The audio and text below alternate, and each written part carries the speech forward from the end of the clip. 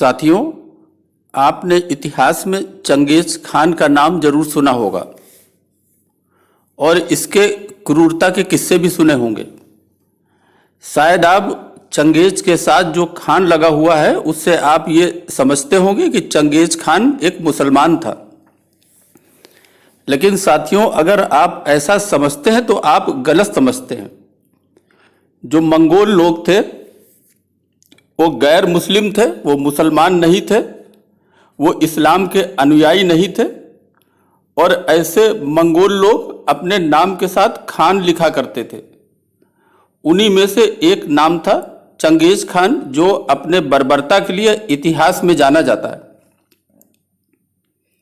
साथियों, अगर मैं कहूं कि चंगेज खान जिसने मुसलमानों को यानी इस्लाम को मिटाने के लिए कसम जैसी खा रखी थी तो ये गलत नहीं होगा।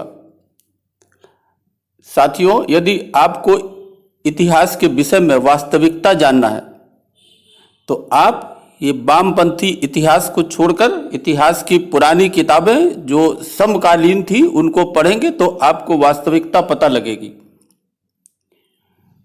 क्योंकि इन वामपंथियों ने इतिहास को पूरी तरह से मिटा दिया।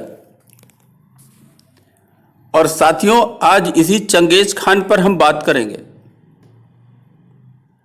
साथियों, इस्लाम की जो जिहाद की जो सेना थी, जो जिहाद की कबीलाई सेना थी, उसने दुनिया के हर हिस्से पे हमला बोला था।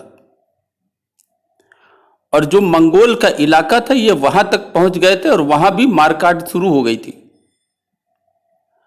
और साथियों, ऐसे समय में कुछ कारण और कुछ परिस्थिति की वजह से चंगेज खान का उदय हुआ। साथियों, ये मंगोलियाई नाम ये चिंगिस खान था, जिसको चंगेज खान के नाम से जानते हैं। साथियों, सन 1162 से 18 अगस्त 1227 इतना समय काल चंगेज खान को कहते हैं। चंगेज खान ने मुस्लिम साम्राज्य को लगभग नष्ट ही कर दिया था। वो एक मंगोल शासक था। चंगेज खान के पीछे खान का मतलब यह नहीं कि वो मुसलमान था। साथियों, वो शमनिज्म धर्म का अनुयायी था। यह धर्म मंगोलिया, साइबेरिया आदि इलाकों में काफी प्रचलित था।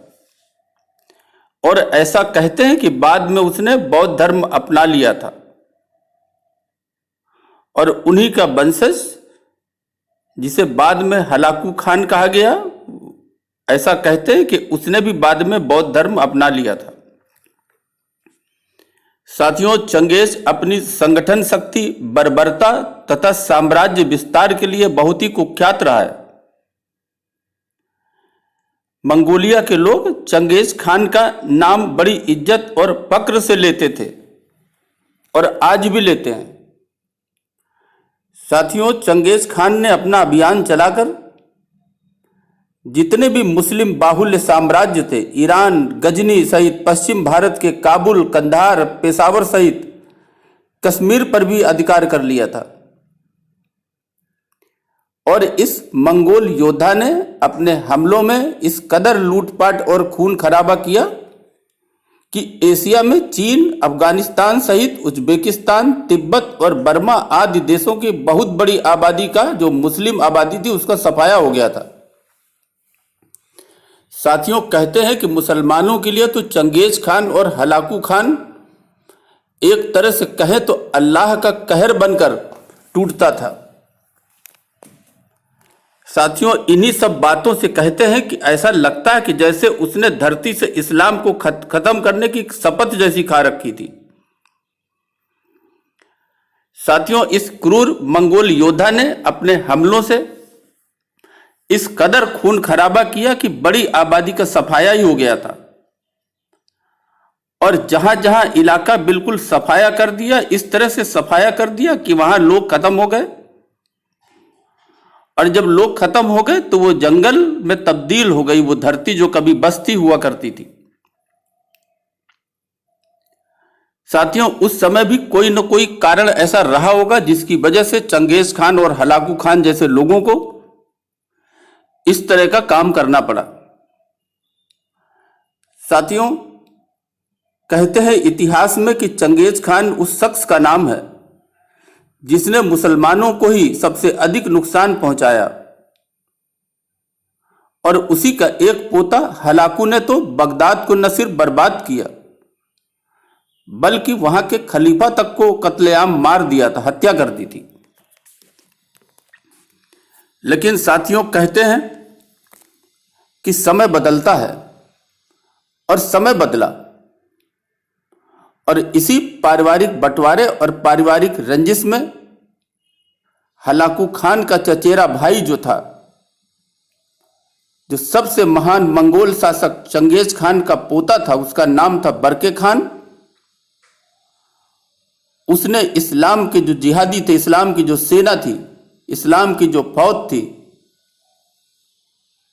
उस फौज से मिलकर इस्लाम कबूल करके उसने अपना वजूद बढ़ाना शुरू किया,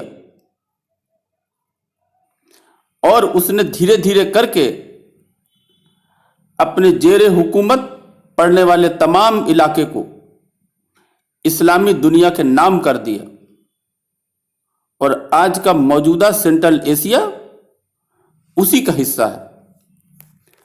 और साथियों, इसी पीढ़ी को, इन्हीं सिद्धांत को, उसकी जो पीढ़ी जो थी उसमें तैमूर लंग और बाबर, इन्होंने इसको आगे बढ़ाया। तो साथियों, आप समझ सकते हैं कि जो भारत में जो खान लगाते हैं अपने नाम के साथ में, ये खान एक मंगोल उपनाम है, चंगेजी उपनाम है। इसका इस्लाम से कोई संबंध नहीं। और जब बरके खान उसने इस्लाम कबूल किया, उसके बाद उसकी जो अगली पीढ़ियां हैं उन्होंने खान का नाम लगाना बंद कर दिया। लेकिन साथियों, आप देखेंगे कि बरके खान की अगली पीढ़ियों ने, तैमरलंग, बाबर, इन सब ने खान लगाना बंद कर दिया। लेकिन भारत में आपको आज भी लोगों के नाम के साथ उपनाम खान आज भी आपको मिल जाएगा। तो साथियों, ये इतिहास में पहली ऐसी घटना थी जब इस्लाम के खिलाफ मंगोल खड़े हुए। आप इतिहास पढ़ें, इतिहास जानें, इतिहास समझें। इससे आपको बर्बरता के कई रूप दिखेंगे। कहीं इस्लामिक बर्बरता दिखेगी, कहीं इस्लाम के खिलाफ बर्बरता दिखेगी। और साथियों, ये आज भी जारी है। अभी के लिए बस इतना ही। धन्यवाद।